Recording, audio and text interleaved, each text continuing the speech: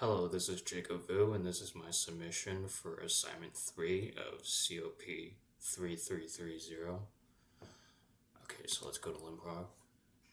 First I'll open up the header file. So here the only required libraries are stream and string. The print functionality for the task class was created through the extraction operator, the insertion operator.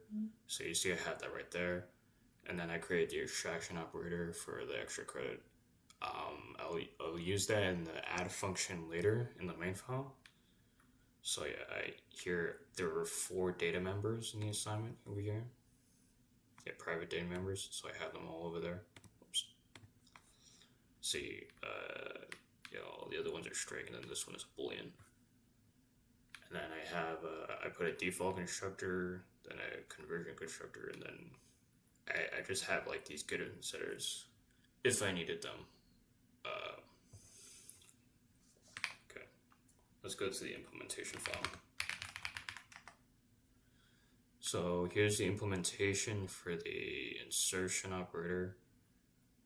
Yeah, so first it gets like a custom string for the boolean, so you just need to make sure if like the task is completed or not. And so like if it is, then it prints out a string that tells it to the output stream. So then it wouldn't just like print like 0 or 1 or something like that. And then the extraction operator is very important for this application. Here I just have like separate cin statements for each of the strings. See there? Yeah. The syntax and everything should be trivial at this point. You don't need to go over that. Okay. Yeah, and then basically the same thing for here. Yeah, so you see that selection. So I have a character for a selection that determines if it's completed or not, and then it determines, whether the boolean should be true or false, and then that's it. There's default constructor, conversion, all the getters and the setters, not very important. Just, yeah, they're good, their syntax is proper. Okay, let's go to the main file.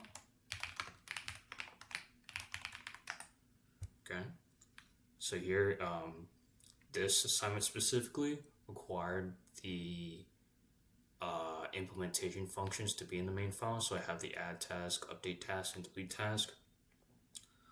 We went over like how these functions would be implemented in the main file, and so you see they're all void, which means, so I have the dynamically allocated array passed by reference so that it would be changed, so I didn't have to return it. I just thought that was like a better method, I would say. If you're doing it like this, there's not really a good method to do it, but so here is like the declaration of the dynamically allocated array in the main file, the selection, and then here's the menu to create the task, update the task, delete the task, or print the task list. Yeah, and so you see it's very simple. I just have it like this. Usually I would have it so like it would declare a string, then the user would input the string, and then that string would be passed in as a parameter to the function. But here, if I did that, then there would be like too many parameters. So like I just put that in the function because I thought it just looked better.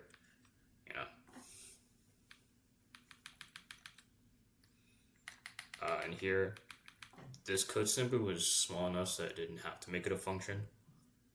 This just uses the insertion operator for the task object or for the task class. See,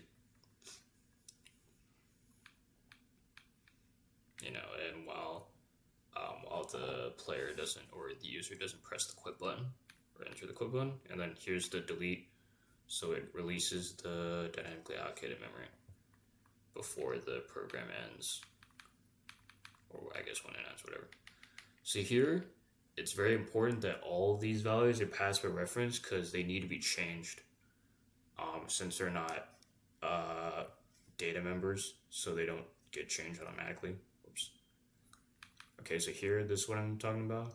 So here's the extraction operator for the task object, operator overload. So here's a set path. You know, the num task goes to max. The assignment said to increase it by 2, so that's what I have. And then I create a new dynamically allocated memory, the new list, which has the new upgraded max task, or the max. Then I go over the loop to, to assign it to each other. Yeah. And because every task or the private data members in task have their own assignment operator with the strings. They have their own assignment operator that was implemented in that library, and for the Boolean, it's just built in, so this doesn't create any compilation errors. And then here, I delete the old memory or release the old memory, and then assign the array to the new array, dynamically allocated array, and stuff like that. We used the syntax like before. It was some like confusing syntax I didn't really understand. I think what this is, like task. So it assigns it to the num tasks, not the num task plus 1, but num tasks. So, and it assigns it there. It assigns that num task index to a specific task, or the num task of the array to a specific task, and then it increments num task by 1. So if it was like, hold on, give me a second. If it was like plus num tasks, then it would store that value in the num task plus 1, which would be incorrect. Okay, update task. See, it's basically the same thing.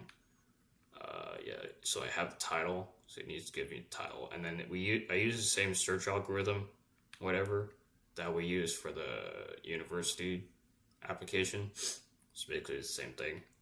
I added a check though, so if the algorithm does not find a task with the desired title, then the index will never be a positive number. So I have right here, and then it says that the task was not found.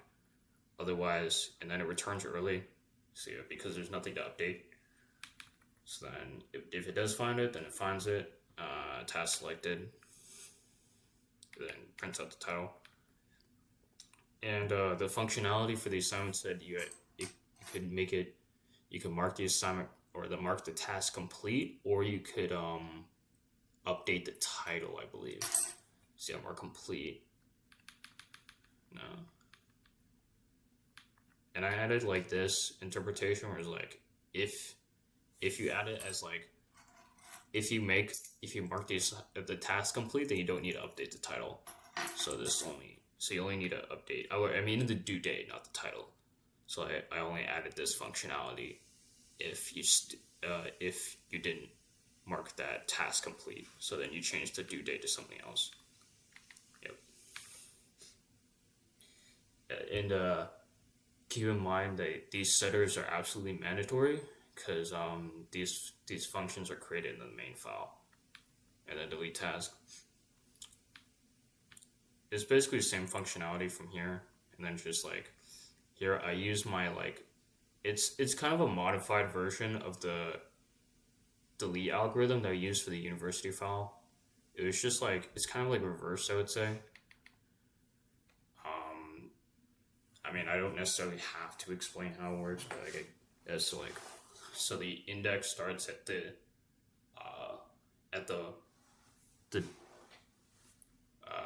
thing you want to delete plus 1, and then here it says that the thing, so, and then the value before it, or the value before it becomes the value after. So that means that the value on delete becomes the value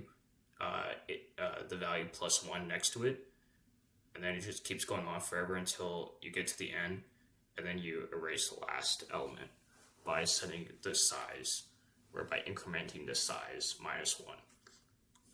Okay, that should be it. Oh, whoops, once again. Okay. Okay, so let's run the file. Alright, create task. Let's just call this A with everything. And then B, and here C. So here, yeah, I marked them all not complete. So like here they are. Okay, update task. Let's update A. So it says mark complete. I'll mark that complete. So then let's print again. So it's now completed. Let's update a task called D, but there is no task called D, so I did not find any. All right, so let's delete a task called B. That's done. So let's print again, and now we see task not there anymore. Okay, that should be the whole functionality for this assignment.